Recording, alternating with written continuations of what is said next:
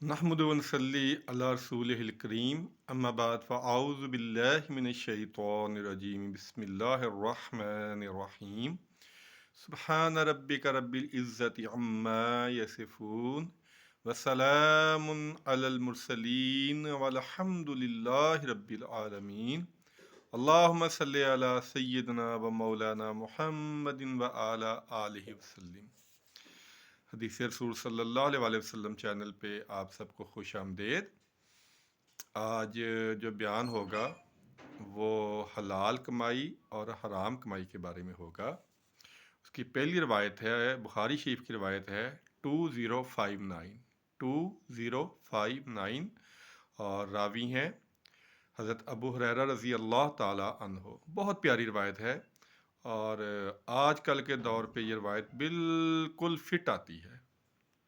नबी पाक सल्लल्लाहु अलैहि वसल्लम इरशाद फरमाया, लोगों पर एक ऐसा ज़माना आएगा कि कोई इस बात की परवाह नहीं करेगा कि वो जो माल कमा रहा है वो हलाल तरीके से कमा रहा है या हराम से कमा रहा है। और आजकल के दौर में यही हो रहा है। हर बंदे की ख्वाहिश है कि मेरे पास माल आ जाए, किसी भी तरह आ जाए।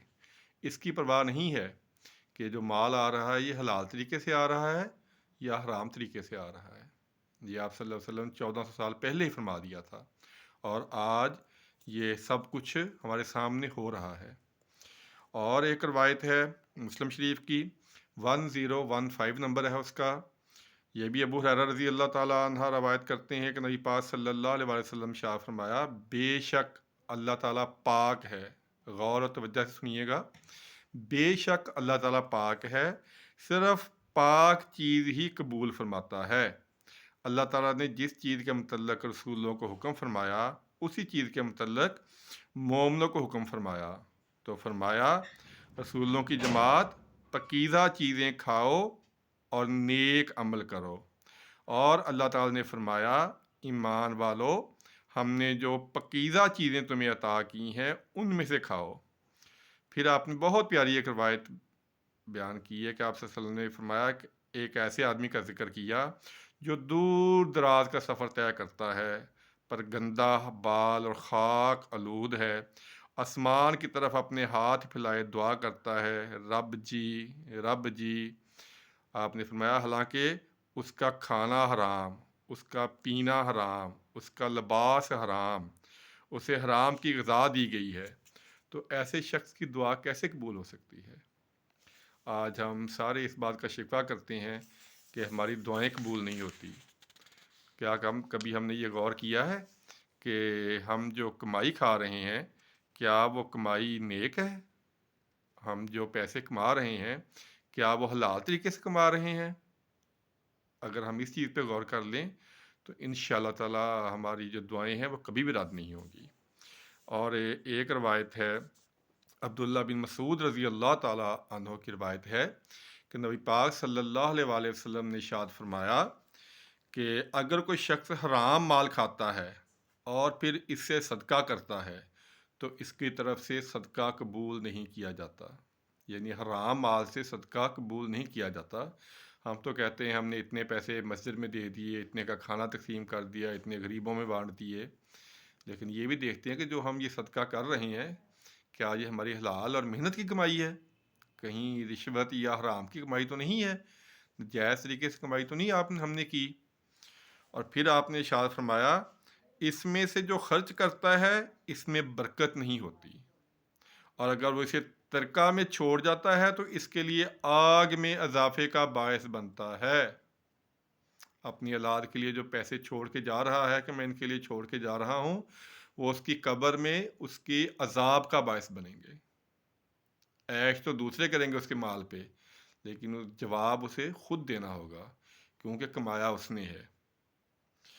क्योंकि अल्लाह बुराई के ज़रिए बुराई ख़त्म नहीं करता बल्कि वो नेकी के ज़रिए बुराई ख़त्म करता है और ख़बीस को ख़बीस ख़त्म नहीं करता। बहुत गहरी हदीस है, बहुत ही सबक आमोज़ हदीस है कि जितना मर्ज़ी सदका कर लें, अगर माल नेक नहीं है तो उसका कोई फ़ायदा नहीं है। वो अज़ाब में इज़ाफ़े का बायस बनेगा, उसका कोई अजर व सवाब नहीं मिलेगा।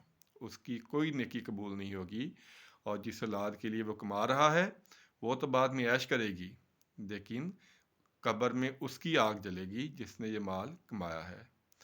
تو ہمیں ذرا یہ غور کرنا چاہیے کہ یہ جو دنیا ہے یہ چند دنوں کی ہے، اس میں جو ہم اپنے عیاشیوں کے لیے جو مال جمع کرتے ہیں، جو کماتے ہیں، اس کا جو آخرت میں حساب کتاب ہوگا وہ بہت خوفناک اور خطرناک ہوگا۔ اس لیے اگر نیک کمائی تھوڑی بھی ہے تو اللہ تعالیٰ اس میں برکت عطا کرتا ہے، اس کا صدقہ بھی قبول ہوتا ہے، اس کی ہر چیز قبول ہوتی ہے۔ لیکن اگر مال ہی حرام ہے، وہ اگر روایت ہے کہ ایک لقمہ کھانے سے، حرام لقمہ کھانے سے 40 دن نماز قبول نہیں ہوتی۔ تو یہ ہمیں کماتے وقت ذرا سوچنا چاہیے۔ اگر تنگی آ گئی ہے تو کوئی بات نہیں، اللہ تعالیٰ اگر تنگی دیتا ہے تو اس کو کاٹ ختم بھی کر دیتا ہے، لیکن ہمیں حرام کی طرف نہیں جانا چاہیے، حلال کی طرف جانا چاہیے۔ حلال چیزیں اللہ تعالیٰ کو پسند ہیں، اللہ کیونکہ خود پاکیزہ ہے، ہر چیز پاکیزہ ہی پسند کرتا ہے۔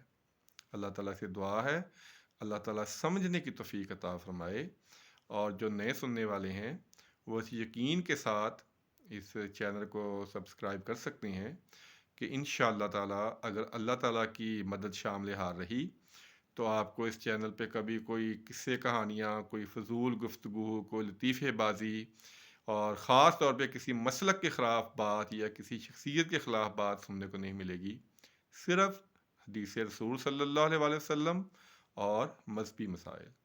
اللہ تعالیٰ سے دعا فرمائیں اللہ تعالیٰ مجھے حق بیان کرنے کی اور اس پہ عمل کرنے کی توفیق عطا فرمائے، آمین ثم آمین۔ السلام علیکم ورحمۃ اللہ وبرکاتہ۔